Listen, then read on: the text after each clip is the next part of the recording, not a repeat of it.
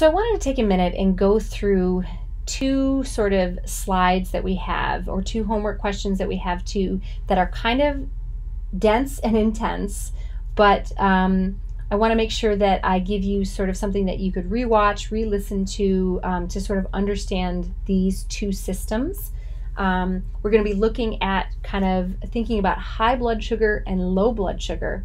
And we're going to take a first sort of a deep dive as to thinking about the different enzymes that are responsible in regulating this sort of cascade. So that's kind of looking at this image. And then we've got kind of how this is controlled and how we think about it from a tissue standpoint in terms of muscle cells versus liver cells. So again, I'm going to start with this slide. This slide again highlights some different aspects of how we put ourselves into either a phospho or a diphospho state, specifically thinking about glycogen breakdown here. And so to kind of start out, and we're going to do a little bit of structural review here, have some details here that if you want, you can sort of go back and look at these structures. Remember, this is for glycogen phosphorylase. This is for pKa for the catalytic subunit. This is for the regulatory subunit of pKa. And then we sort of learned about phosphorylase kinase. So I'm going to be referring back to these, but I'm not going to flip back to these figures. But let's take a second here and map on what happens, kind of thinking about a high blood sugar and a low blood sugar situation here. Before I go on to the next slide where we kind of have some words with it, I wanted to use this slide because it kind of highlights it with the structures and kind of some information that we know. So let's first think about what happens under low blood sugar levels. Since we've kind of learned about glycogen breakdown first, that might make the most sense to sort of think about here because we've got this phosphorylation cascade to think about.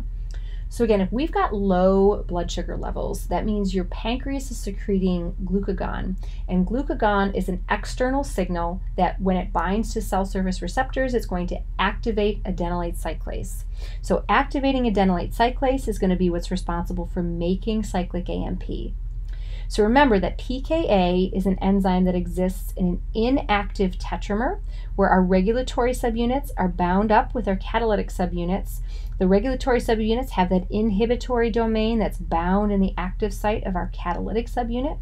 However, as we increase the concentration of cyclic AMP, we can sort of think of distracting that regulatory subunit because it's going to bind to those cyclic AMP molecules. When it binds to those cyclic AMP molecules, conformation changes and it removes itself from the catalytic subunit. And in removing itself from the catalytic subunit, now that inhibitory domain is no longer bound in the catalytic subunit's active site. Again, we've got that active site with that threonine 197 that's already phosphorylated. So pKa is ready and available to do its phosphorylating. As you'll see here with these arrows, it actually phosphorylates multiple things. We're just going to kind of keep ourselves in this phosphorylation cascade right now. But we're again going to highlight that what it phosphorylates first downstream here in our cascade is the alpha and the beta subunits of phosphorylase kinase. So, highlighting some similarities with phosphorylase kinase to pKa. It is a tetramer. It's got 4 subunits here labeled with Greek letters alpha, beta, gamma, and delta. The alpha and the beta subunits are the regulatory subunits. So they're like the R subunits that we have with pKa. There's also this delta subunit, which is a calcium binding subunit. And then the gamma subunit is equivalent to the catalytic subunit. The gamma subunit is where we do our phosphorylating. So only one catalytic subunit that we have here in phosphorylase kinase. And one thing that's also different is when we make it active, it's not from a dissociation of subunits. We actually just have a conformational change of subunits. That conformational change allows for the gamma subunit to pull out its own inhibitory domain and then be able to bind and phosphorylate its substrates. So again, highlighting what's happening here, pKa's catalytic subunit is phosphorylating both the alpha and the beta regulatory subunits. Not explicitly drawn here, but calcium is going to be binding to the delta subunit. A large conformational change, not a dissociation, a conformational change of all of these subunits allows the gamma subunit to pull its inhibitory domain out of its active site, and now it can do its own phosphorylating. We're going to just kind of consider the next kind of player in line in this phosphorylation cascade for breaking down glycogen, which is to phosphorylate glycogen phosphorylase. Remember, this phosphorylation site is serine 14. So once we phosphorylated serine 14 on the N-terminus, we are not going to be burying that N-terminus. We're going to lock in that N-terminus on the outside by interaction with arginine residues, and now glycogen phosphorylase is ready to break down glycogen. So that's our phosphorylation cascade if we have a low blood sugar level. And again, we're going to map this on our next slide here. Let's kind of take the flip side of that, and let's talk about what happens if we're in a fed state, if we've got high blood sugar levels. Well, what really is going to be happening here is we're going to be talking about having phosphoprotein phosphatase 1, or what's referred to as PP1. So we've got PP1 here that is going to be active when we're in a D-phospho state. Okay, so we didn't talk a lot about, we had a slide on it, but we didn't spend too much time talking about this. We have phosphoprotein phosphatase 1 that it is in its most active state when it is actually phosphorylated by an insulin-stimulated protein kinase. And I know that was a really weird thing to think about, but when we've got PP1 that's activated by that insulin-stimulated protein kinase, it's actually going to be going around and snipping off phosphates. So what happens is if PP1 is active, it's going to be snipping off a lot of these phosphates. And again, what we can see here is snipping off these phosphates, put these guys in their D-phospho state. Their D-phospho state is inactive. If you've snipped a phosphate off of synthase, you actually make it active. So again, we've quieted the phosphorylation cascade, which means glycogen breakdown is not going to be happening, but we've activated the glycogen synthesis pathway by activating synthase. The last little piece here to kind of highlight is the fact that we also have sort of a fail-safe mechanism here. We've got a molecule here called phosphoprotein phosphatase inhibitor, or this is the PP1 inhibitor. And again, this PP1 inhibitor, if we are in a phospho state, is actually going to be activated, which means it's inhibiting PP1.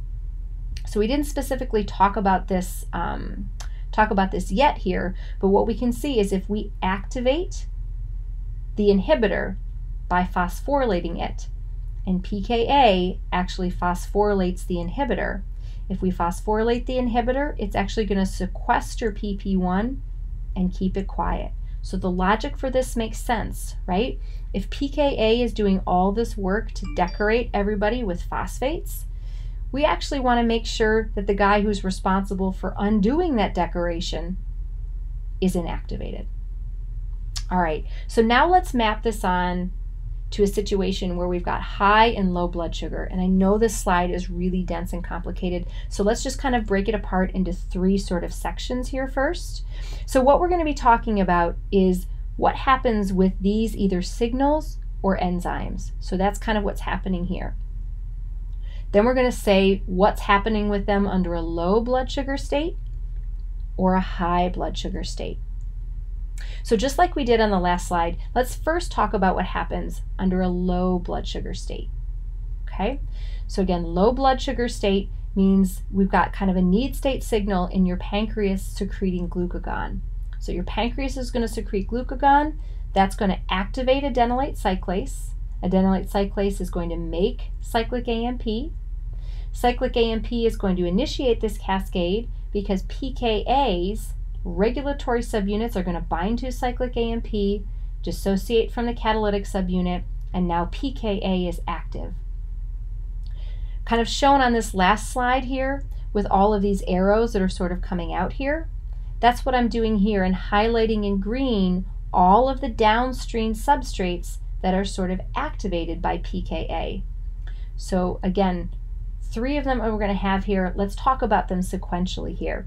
First substrate kind of in our cascade that we activate is phosphorylase kinase. So phosphorylase kinase, remember, gets phosphorylated on the alpha and beta regulatory subunits, conformational changes in conjunction with binding calcium to calmodulin is going to allow that gamma subunit to remove its own inhibitory domain and become active. Once phosphorylase kinase is active, phosphorylase kinase is responsible for phosphorylating phosphorylase on that serine 14. Again, we talked about if that serine 14 is phosphorylated, it's not buried, it's locked in with those arginine residues on the surface.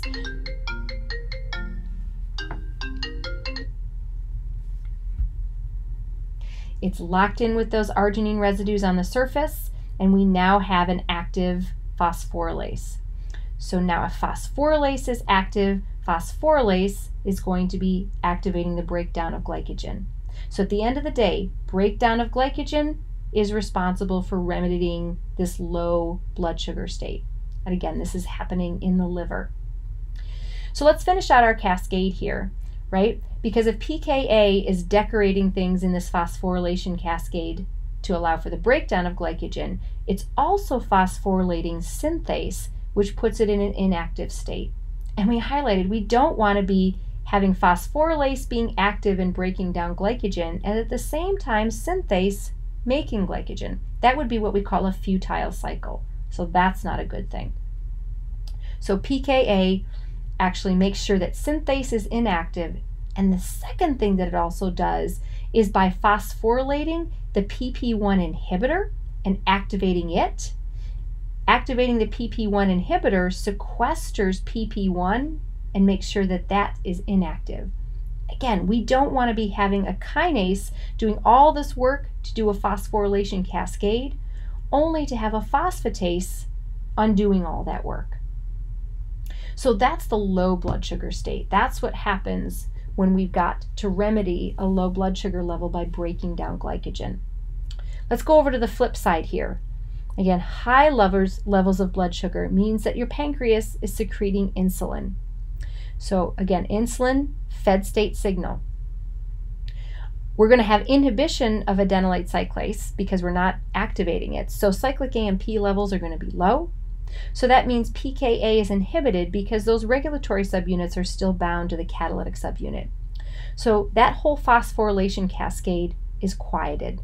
So what that means is phosphorylase kinase without a phosphate is inactive. The serine 14 on phosphorylase is not phosphorylated, meaning that phosphorylase is inactive. Again, removing a phosphate or not having a phosphate on synthase means that we're synthesizing glycogen. All kind of consistent with what's happening here.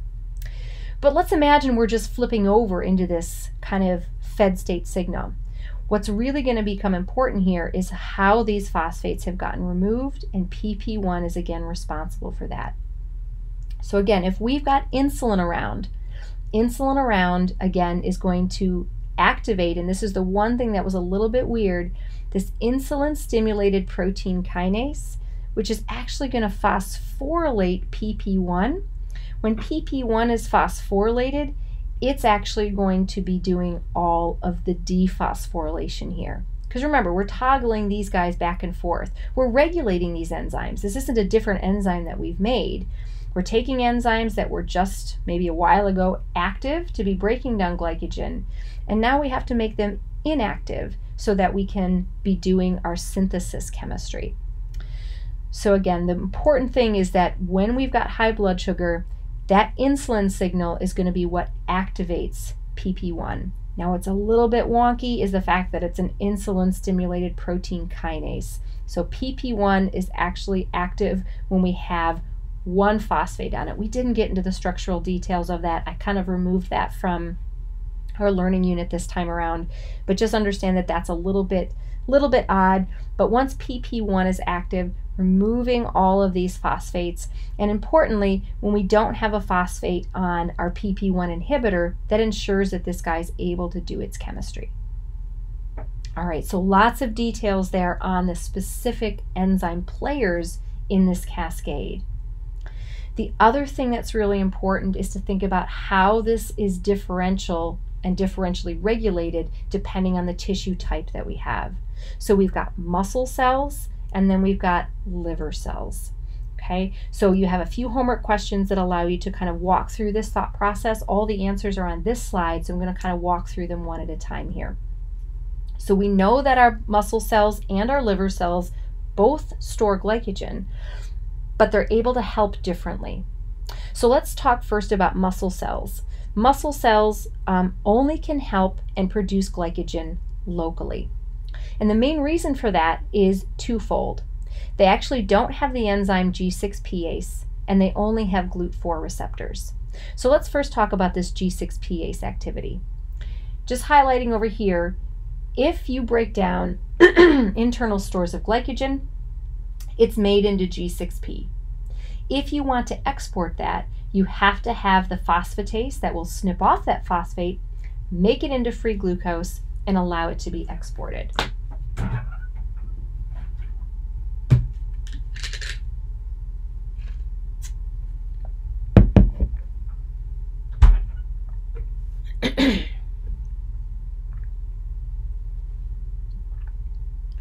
So not only do you not have the ability to make the free glucose to be exported, the receptor or the transporter that you have actually for transporting it wouldn't actually even be present there. GLUT4 receptors are only present on the surface of muscle cells when there's high blood sugar levels. When there's low blood sugar levels, because these are insulin-stimulated glucose receptors, they're actually not on the cell surface, so they won't even be there to export glucose. Let's flip over to the other side and talk about the liver.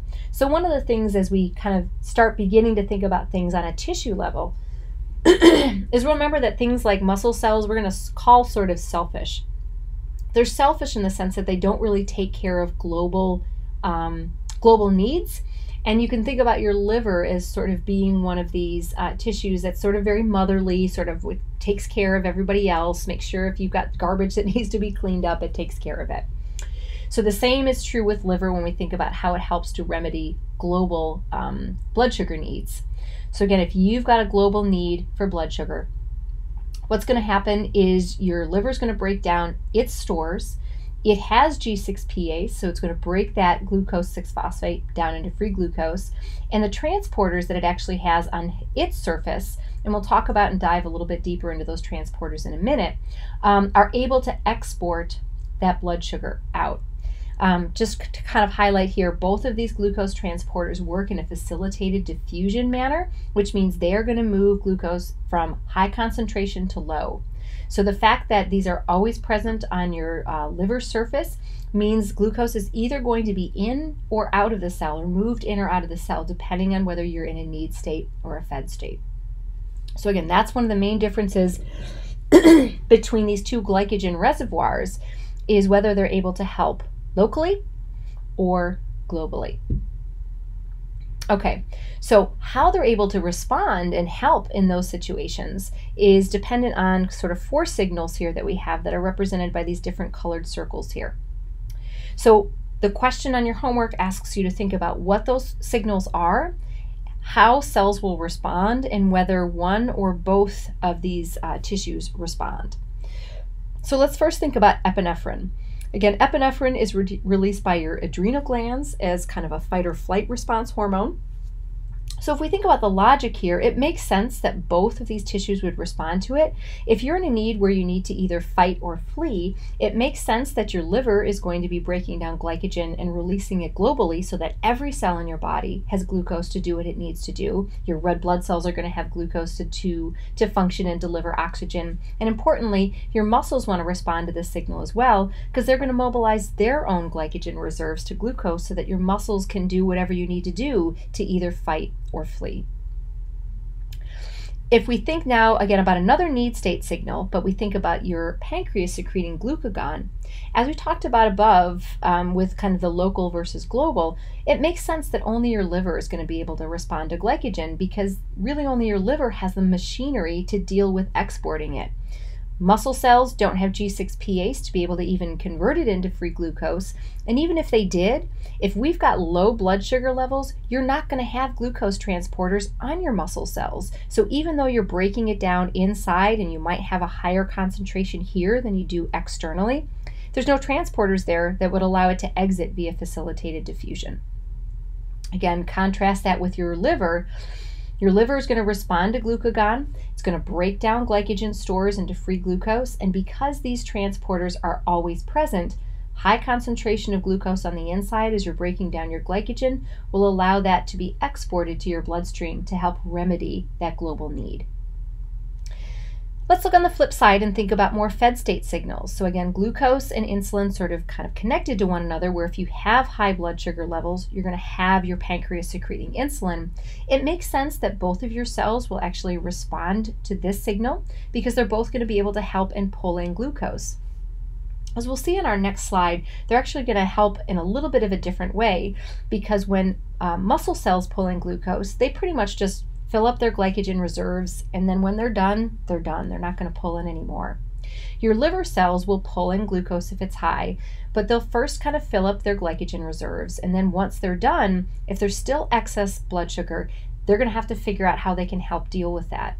And so as we talked about before, you're actually going to continue to metabolize that glucose into acetyl-CoA, but then you're going to then store it as triglycerides. So one of the things that we'll delve a little bit more deeper in future chapters on is why there's different amounts of insulin receptors. There's greater insulin receptors on your muscle cells than there are on your liver. And part of this too is the fact that your muscle cells are going to kind of get first dibs on glucose that's in your bloodstream, and your insulin receptors on your liver are really only going to say, let's take in glucose only after everyone else has been satisfied. Let's take care of other cells first before we pull that glucose in for ourselves. So a couple of things just to highlight. Another homework question asked you to think about the differences between the kinds of epinephrine receptors that you might have on your cell surface. So even though your adrenal gland is secreting one molecule as epinephrine, there's different kinds of cell receptors on your surfaces that will respond to the same signal but have a different secondary messenger on the inside. All that I really need you to know right now is that beta-adrenergic receptors are present on both cell surfaces. They're the ones that stimulate adenylate cyclase, and so they're going to increase cyclic AMP levels and facilitate sort of this breakdown of glycogen. Alpha-adrenergic receptors, on the other hand, epinephrine binding to alpha-adrenergic receptors actually increase the influx of calcium into cells. And so again, that is also part of the degradation process when we consider phosphorylase kinase, but it is a receptor that's unique to liver cells. We'll delve a little bit more deeply in future chapters as to why that is, but for right now, all I really need you to know is that there's two different kinds of receptors. Beta-adrenergic receptors activate adenylate cyclase, and so they are going to increase cyclic AMP levels. Alpha-adrenergic receptors are responsible for the influx of calcium. So the last thing to think about before we kind of move on and pull this all together is the different kinds of glucose transporters that we have here. So GLUT4 transporters are present only in muscle. I shouldn't say only in muscle, but differentiating between muscle and liver here, GLUT4 transporters are insulin sensitive. So they're only going to be circulated to the cell surface when there's high levels of glucose. So again, that allows them to really be a one-way delivery system of glucose in when blood sugar levels are high. GLUT2 transporters, on the other hand, for liver, are always present. So because they're always present and they always operate in a facilitated diffusion manner, they're going to be moving glucose in under high blood sugar levels and allowing it to be exported out when we have low blood sugar levels and a global need for glucose. So we'll delve a little bit deeper in some future chapters about how this works and how we really want to kind of regulate the flow of glucose in and out of liver. It has to do with some enzymes that are inside, but we're going to table that for now. All right, the last thing to do to pull this all together is to think about this tissue regulation system and how that is different with regards to muscle versus liver. So let's start with our high blood sugar situation here. Okay, high blood sugar means glucagon is low, insulin is high. Again, insulin is going to stimulate GLUT4 to be mobilized to the surface of muscle cells. Insulin is also going to stimulate that protein kinase that's going to phosphorylate PP1 and basically make sure that we're put into a D-phospho system. High sugar, fed state, D-phospho system. So again, an insulin-stimulated protein kinase is going to be activating PP1 to do that. Again, now that we've got our D-phospho system activated, that's going to be synthase being activated, polymerizing glucose. We're going to fill up our glycogen stores in our muscles, and then basically that's going to be continuing to happen until those stores are full or until blood sugar levels drop to 5 millimolar or lower. In that case, your insulin levels are going to drop, your muscle cells will resorb those GLUT4 receptors, and they're not going to be pulling in glucose anymore. That's kind of an important protective measure, right? If your blood sugar levels have dropped, you need insulin to drop because you do not want these glucose transporters to continue to pull in glucose from your bloodstream, because they can actually cause hypoglycemia in that way. Let's contrast that with the liver. Everything's going to be the same except for this first step here, because it's a different transporter. We've got glucose coming in via GLUT2. Again, GLUT4 transporters are actually going to be more aggressive in uptaking their glucose. They're going to get kind of first dibs at it. Anything that's left after the muscles have pulled in what they need will continue to go into the liver via GLUT2. Same processes happen here. Insulin-stimulated protein kinase is going to put us in a D-phospho system with PP1. Synthase being activated is going to synthesize and polymerize glucose in the liver cells, storing it as glycogen until those storage reserves are full. And at this point, we differentiate a little bit with what happens with muscles, because if there is still excess blood sugar in the bloodstream, liver will continue to pull it in. We will have glycolysis, and then pyruvate dehydrogenase making acetyl-CoA, allowing us to store those reserves as triglycerides. So again, flip side here, we think about what happens with low blood sugar. This quadrant is actually the easiest to think about, because in high glucagon, low insulin sort of situations, your muscles not having the ability to respond to glucagon basically have no response. So muscles don't even know what's going on necessarily with low blood sugar in terms of this hormonal cascade. However, when we think about what happens in the liver, high levels of glucagon is going to stimulate adenylate cyclase. We're going to activate the synthesis of cyclic AMP, increasing the activity of pKa. That whole cascade that we talked about in our first section here is going to activate phosphorylase to break down glycogen. Remembering that glycogen gets broken down in kind of this 90-10 mix of G6p and free glucose, that free glucose coming from the debranching enzyme, that hydrolysis activity of that debranching enzyme. But if we need to export this for global use, we're going to have a G6p Ace, phosphorylate G6p, making it into free glucose. It will exit via facilitated diffusion via the GLUT2 transporter, and will help remedy that low blood sugar need. Kind of an extra piece to this that wasn't kind of part of this discussion that we had, we'll learn about it in our next lecture, is thinking about how gluconeogenesis from sort of the bottom-up approach can help to synthesize glucose. We'll talk about this specifically in our next learning unit, but just to highlight here, gluconeogenesis primarily happens in the liver. It does not happen in muscle cells, but this is, again, a process that primarily happens in the liver as this bottom-up approach to remedy low blood sugar levels.